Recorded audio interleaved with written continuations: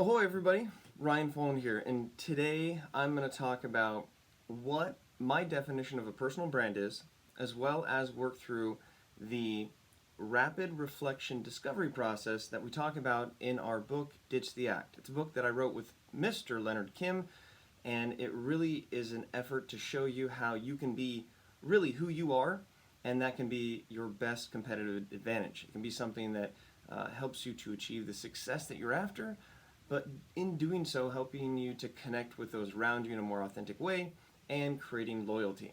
So I want to start with a story. Now, I'm sure we all have our stories from elementary school, and mine's a sad one. You see, both my parents were principals, thankfully not at my own school, but I think I kind of already had a target just based on that. Every summer, my parents would take me and my sister and brother to Catalina Island. Actually, it's right here. You can see it in the background. I still go there to this day. But as a young kid, what that meant is that I disappeared every summer. That means nobody saw me. And then when I came back, I would have a really fresh bowl cut that was probably done on the boat, bleached white hair because I was in the sun so much, fresh freckles because, that's what happens to gingers in the sun. And I would basically jump back into school and be like, "Hey, everybody, I'm back." And they'd be like, "Well, you weren't here during the summer and you have freckles, so we're going to call you Freckle Juice, we're going to beat you up, we're going to bully you," all that kind of stuff. Now, in my elementary, basketball was pretty popular, which it typically is a popular game.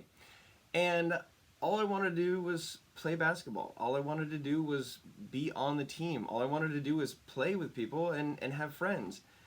And that didn't work out so well. I it's not that I wasn't picked last for the team. They would literally just not pick me at all. And if there weren't enough people and like they needed an extra player, they would just decide to play half court and have less the amount of people and then be like, "Sorry, we're all full." It's a pretty classic traumatizing story that really put me into a bad spot as a kid. And I remember at home I was pretty down and out, and my mom was trying to get out of me what's wrong, and I've never been that good about sharing my emotions, and she finally got it out of me. The kids at school won't pick me for the basketball team. And she had a solution. Mom always has a solution. She says, "You know what? We're going to go to Sports Chalet," because it was still open back in the day. And we went to Sports Chalet, and she said, "You can pick any basketball that you want." So, of course, I'm like a kid in a candy shop if the candy were basketballs. And I'm looking at all of them, and I see this one. It was a Michael Jordan special edition white basketball. A basketball that was white. I thought it was the coolest thing in the world. So I'm like, "Mom, this is the one that I want." I spent about a week and a half, I remember dribbling all over the place in my parents' house. Wooden floors, I think I annoyed everyone, including my two dogs, Squirt and Sparky, and our three cats at the time. So I was like trying to get my skills before I unveiled that I had this new basketball, which I was convinced people would want to use because it was so cool. It was the day that I realized I was going to take the basketball to school that I didn't realize that the basketball wouldn't fit in my backpack. And so I got stuck carrying around this, what I thought was cool, but people thought was a weird ball around all day. And I wasn't about to dribble it because I didn't want to make a fool of myself. So when recess came, I was all excited, a bit nervous, and I show up to the basketball court and I'm like, "Hey, everybody, I've got a ball. You want to use my ball? Maybe I can play." They literally were like, "Sorry, we already have a ball. No thanks." Talk about a moment that I remember, and it's still kind of crushing to this day.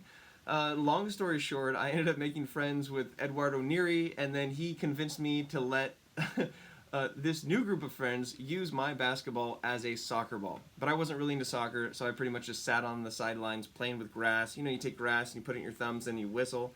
That's what I did. So it was pretty miserable, but the story is something that I think brings a very relevant point about what personal branding is, and is pretty influential on my definition of personal branding. Personal branding is not just what other people think. And if that was the case, then what all these other kids at the school, what they thought of me, that wasn't my personal brand. Now flip to the other side. A personal brand was not what I thought about myself. Because I thought the ball was cool. I thought everybody would dig it. I thought that I would be playing basketball. I thought that I could improve my skills, and I obviously thought I was a lot better of a basketball player than I was. So, if it's not what everybody else thinks about you, and it's not purely what you think about yourself, I've come to the realization that a personal brand is the intersection between what others think about you and what you want to be known for. And this, for me, is an exciting revelation because personal branding is something that's kind of hard to define. And it's a newer concept, and you might have heard a whole lot of different variations. But my definition is this. It is not what other people think about you. It is not what you think about yourself. It is the intersection between those two things. And in Ditch the Act, a book that I wrote with Leonard Kim, we tease out and we share with you how to work through one of our 12 worksheets in the book called the Rapid Reflection Discovery Worksheet. And what it does is it helps to get the information that you need to make this real brand, which is the intersection. So I want to step you through the processes. There are 6 steps. 6 steps. First step is to get 2 Post-it notes. Yes, Post-it notes. I love my Post-it notes. Now, everything we're talking about here can be done digitally, so that's fine, but I'm going to explain it in terms of a Post-it note, and you can be creative about how you would translate this to the digital world, right? A Post-it note could be an email, or it could be a text, or it could be, I don't know, a WhatsApp. So you get 2 colors of Post-it notes. Decide which one that you want. I really like this one a little bit more. And the first step is identifying your traits. So that means that you are going to think to yourself, what do I want to be known as? I've changed since middle school and I don't want to be known as a basketball player anymore. But one thing I want to be known as is a speaker. And another thing I want to be known as having high energy. And believe it or not, another thing that I want to be known for is that I am not good at spelling. Literally, I have typos all the time. And that's because my mom, even though she's brilliant and I love her very much, she told me at an early age that I didn't have to worry about spelling because technology would take care of it. Well, guess what? Autocorrect doesn't take care of it. So you would continue on with this exercise and you would write down something for yourself, and then you write down another one for yourself, and you write down another one for yourself, and you write down another one for yourself until you are completely exhausted and you don't know what else you want to be known for. Okay? The second part of step 1 is to take the other set of Post-it notes, or virtual Post-it notes. That was like a fist air quote since I don't have my fingers available.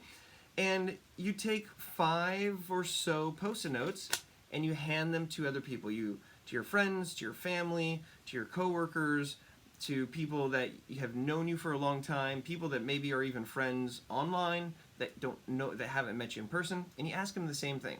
You say, if you were going to describe me to somebody else, what are the traits that you would describe me as? In 1 to 3 words, how would you explain who I am?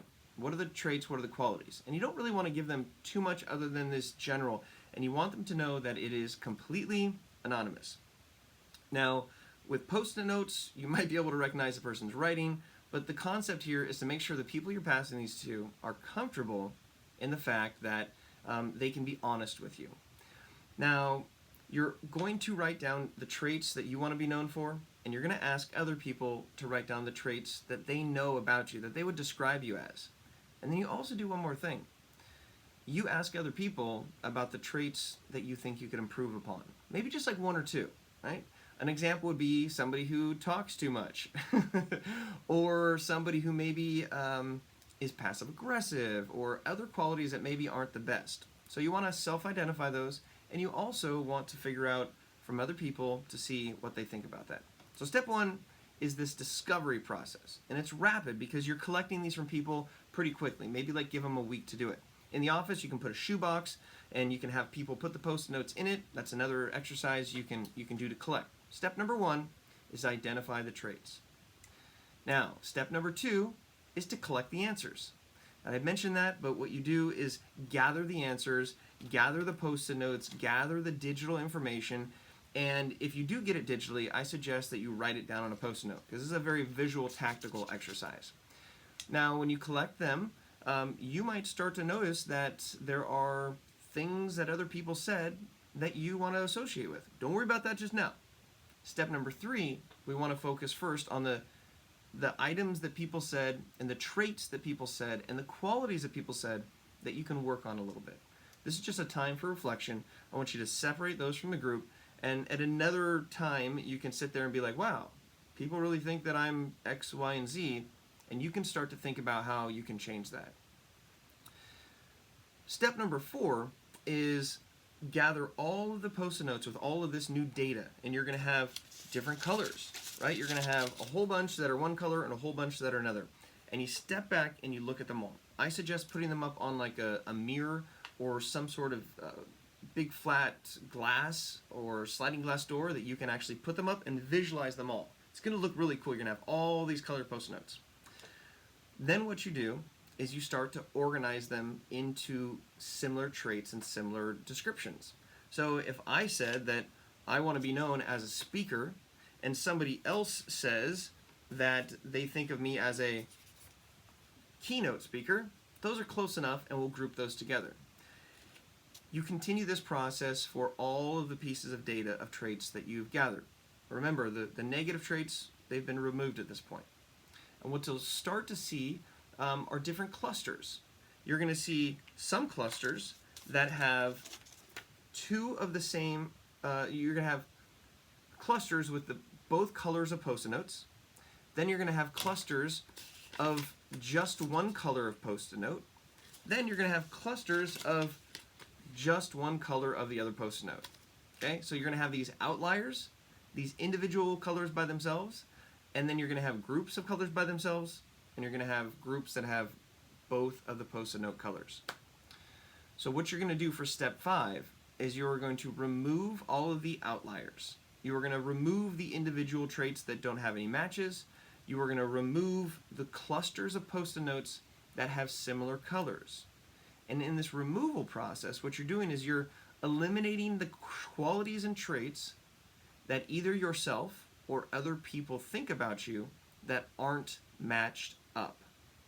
Think of it like that, what is that memory game, right? Where you flip in the cards, you're like, oh, this card and this card. We're only looking for the cards that are matched up together from a thematic standpoint of your brand and your positioning, of what you want to be known as and what other people see.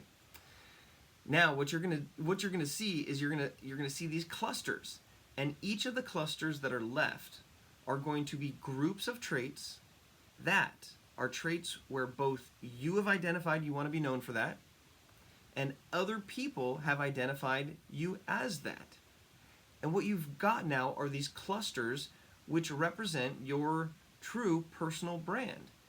If the definition is the intersection between what other people think and what you want to be known for, it's that connection. Now, if you do get enough people to give you information, there's a good chance that you'll have multiple clusters. Most likely, when I do this with people, you end up with way more than 3 clusters. 5 or 6, maybe 7 different clusters of these core traits that are your personal brand. But you have to understand the magic of the number 3. There were how many blind mice? How many bears testing porridge? 3 is the magic number because it's just easy to process. And so if you were going to explain to somebody what your brand is, and you said, well, my brand is this and this and this and this and this and this and this and this and this and this and this and this and this and this and this and this and this and this and this, they're going to be like, oh my gosh, you're all over the place. So the magic trick here is in step 6, you are going to really consider those different groups. You're going to probably title them as different themes, and then you are going to remove all but 3 groups. That's a very difficult thing to do. These are going to be your brand traits. Now, within the 3 brand traits, it's important to understand that one of the brand traits has to make you human. That's right. You cannot be business, business, business. You can be business, business, and human.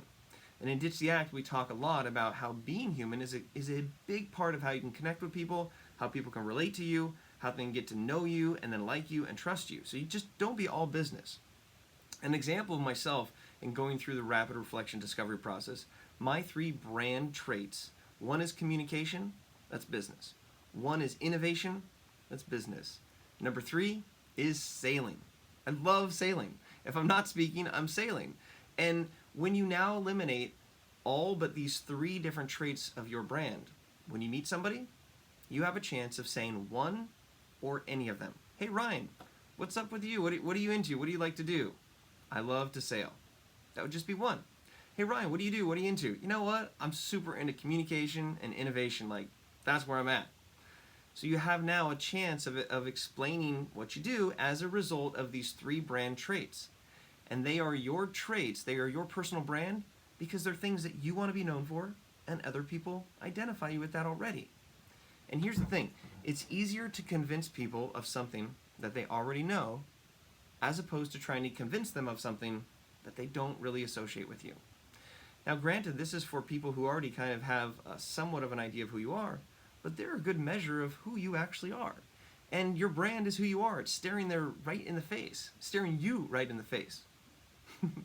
So the rapid reflection discovery process is something that will help you pull information from your friends, family, and contacts about how they see you, how they see your brand. Then you discover what you want to be known for, you gather the data, you put it up, you eliminate all but 3 of the clusters that include both other people and you.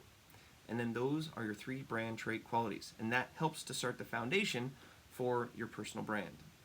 And in the book, then we tell you how you can use that to build your social bios, how you can use that to then get into the next steps of working through the 3-1-3 method. And then we have an 8-step branding process to build off of that. But I find that a lot of people, when they're trying to build their brands, they're trying to just be like, this is what I am right here. This is what I want to be known as. But they don't as much take into consideration what people already think about them. And it's that intersection where a real brand is made. Then once you identify these brand traits, it's about creating content that supports those brand traits. So people who don't know you, when they find information about you or the content that they create, it fits into one of those 3 buckets. And they realize that you're human. So there you go. That is a rapid reflection discovery process. So whether or not you get picked for the basketball team, that really might be like a brand issue at the end of the day. I thought I was a basketball player. They obviously didn't think I was, but neither of those are my brand. Your brand is the intersection between what people think about you and what you want to be known for. And that's pretty empowering. So if you're interested to actually get this worksheet and work through it, you can grab Ditch the Act on Amazon or Barnes & Noble. It's on a pre-order. It's going to be out in October, October 25th, I think. So keep in touch. Don't be a stranger. If you have questions about this process, let me know. Because once you start to clearly define your personal brand, it's amazing. Because now you can start to have a guide and a bowling lane of the type of content to create, and understanding the pins that you want to knock down, and ultimately keep trying to get those strikes. And not only a strike, but a turkey, 3 strikes in a row, which I actually got the other day on the 10th frame. Strike, strike, strike. Because I was upset about my performance throughout the beginning of the bowling, and I put all the pressure on myself, and I focused, and I made it happen. So you can get the turkey, but you got to start with identifying your brand traits, collecting the answers. You've got to understand the traits that you need to work on, set that aside. You need to step back and remove all of the outliers until you just have 3 core brand traits, 2 which can be business oriented, and 1 which can be human. So if getting a basketball isn't going to solve your problem, then that's a good time to realize this, and it's a good time to start rapidly discovering what your brand is. Okay, I will see you in another video sometime soon. Adios.